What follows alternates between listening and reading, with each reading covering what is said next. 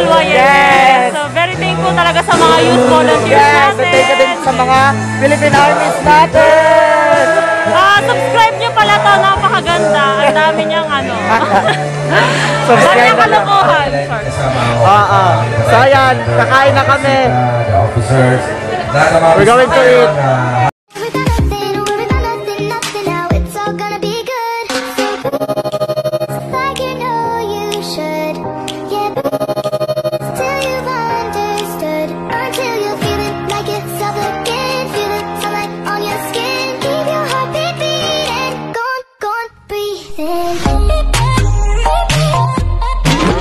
Hello, what's up mga kagutero? Welcome back again dito sa YouTube channel natin.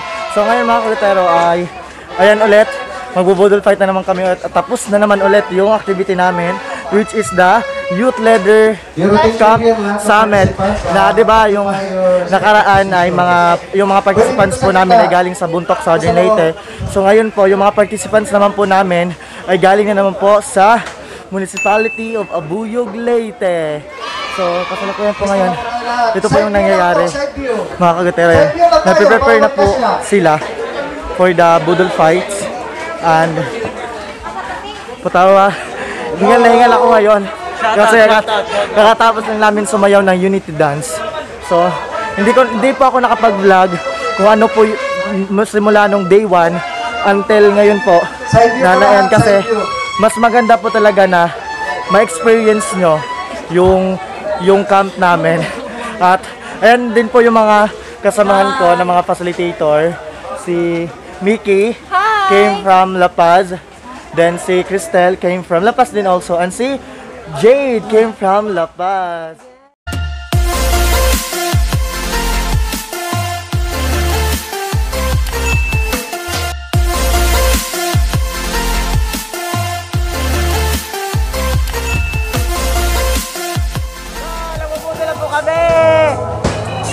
Kain ka guys.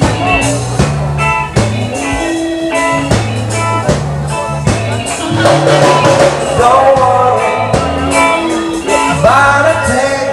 Yeah, boy. 'Cause everything gonna be alright. Happy birthday! Thank you!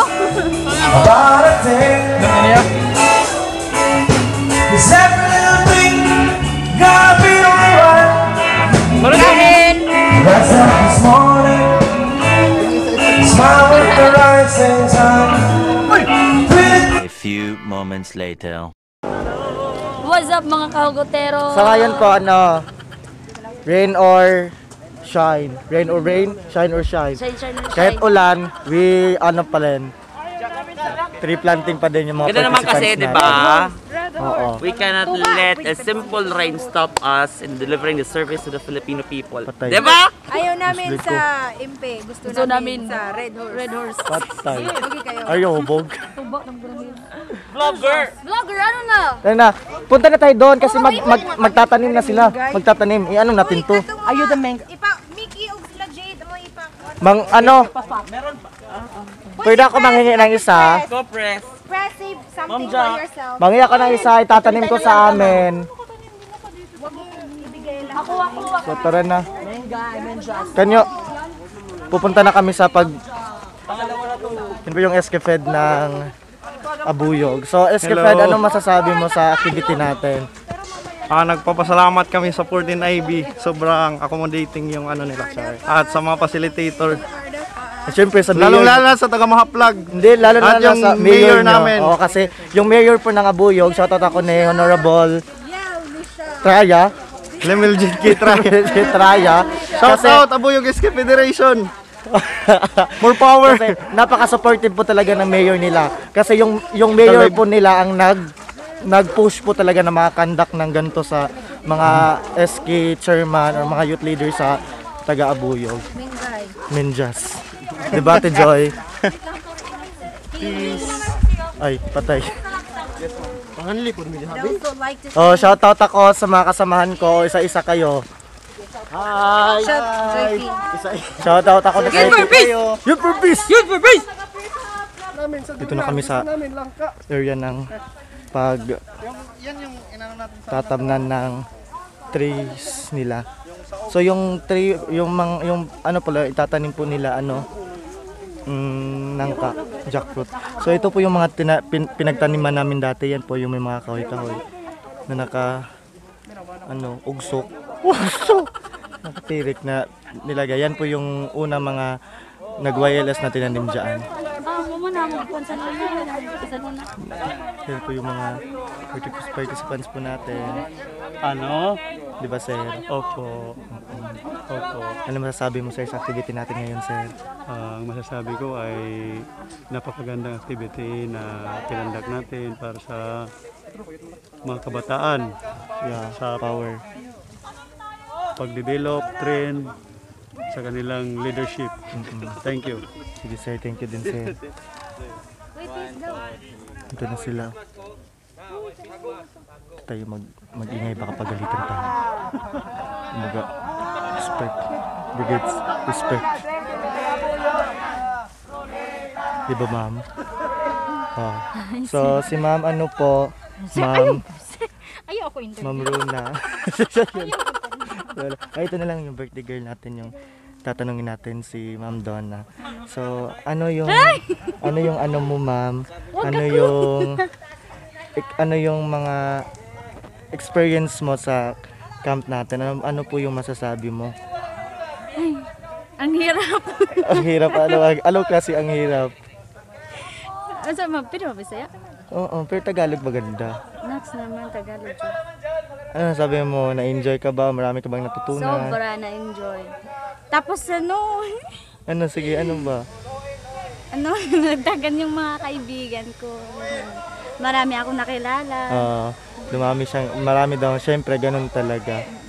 So, sige, magtanim na, magbutas ka na daw ng yuta, ng lupa.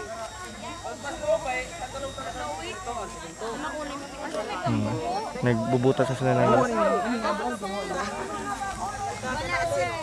Sir, ano hinintay mo dyan, sir?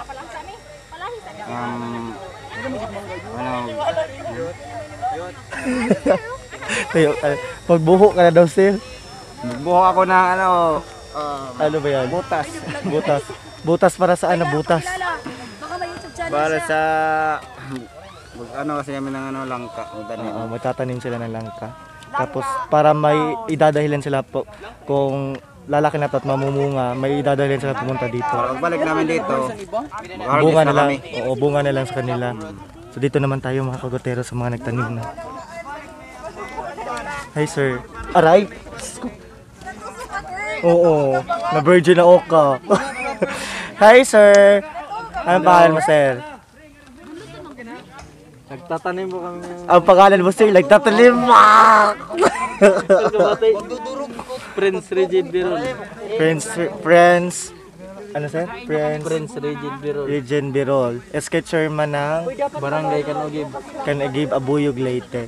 So anong masasabi? Ano yung mga tawag din Ano yung mo, sir, sa activity natin? Yung masasabi mo? Marami po akong natutunan. Like what? Sabihin nyo na tumubo sila. Paging leader sa mga youth. Oo. Tapos ano pa? Paging huwag sumanib sa NPA. Oo. Kuya John! Oo, so, yun, di ba, marami tayo natutunan. Shoutout kasi. Sino isa-shoutout mo, sir? Shoutout nga pala sa mga kaibigan ko dyan sa mga Kanogib. Shoutout daw po. Hi sa inyo. Thank you, sir.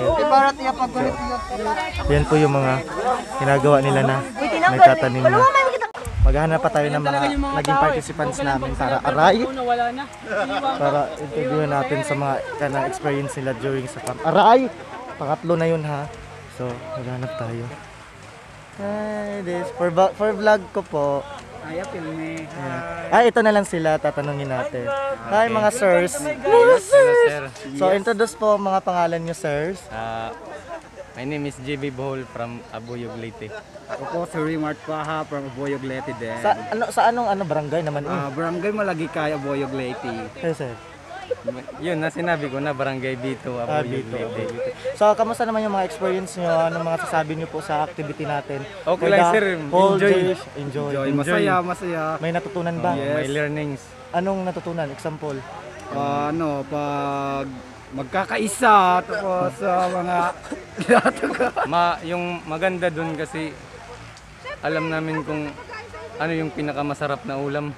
Ano ba ang pinakamasarap? Yun yung natutunan namin. Ano ba ang pinakamasarap sir? Yung anong tawag dun, pre? Yung fried chicken, ano? Ah, Masarap yun. nakita namin si Sir Delumente na sa bayaw. Magaling siya sa ayun, bayaw. shoutout ako Sir Delumente. Wala pong ibang, alam nyo na, Sir Pao. Ngayon ko lang nalaman yung mga sundalo pala magaling pala mag sumayaw. Oo, magaling talaga yun sila. Uy, lahat meron. So, thank you. So, punta tayo kay Sir Dulo. Yung Sir Dulo naman tayo. Yung Sir Dulo naman tayo. Pero kaso parang busy pa si Sir Dulo ngayon. Yung Sir Dulo, oh. Yan po Sir Dulo Mente. Yung ano, basta, huwag na kayo magsabi. Basta alam nyo na kung anong ibig sabihin ko. Oh, ayan na po, mga kagutres Sir Dulo. Tanong natin Sir Dulo. Hi Sir Dulo Mente! Hello! Hello Sir, sa tanan. hello sa tanan. Ano masasabi mo sir sa activity natin, sir? Ha? Ano masasabi mo sa activity natin?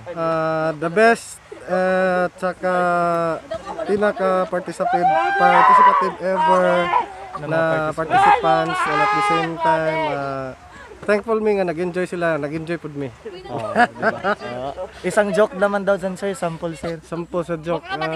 Sa mga joke mo gusto. Kahit ano, sir?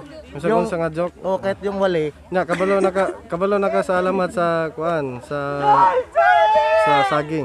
Hindi pa, sir. O, alamat daw po ng saging. Alamat ng saging.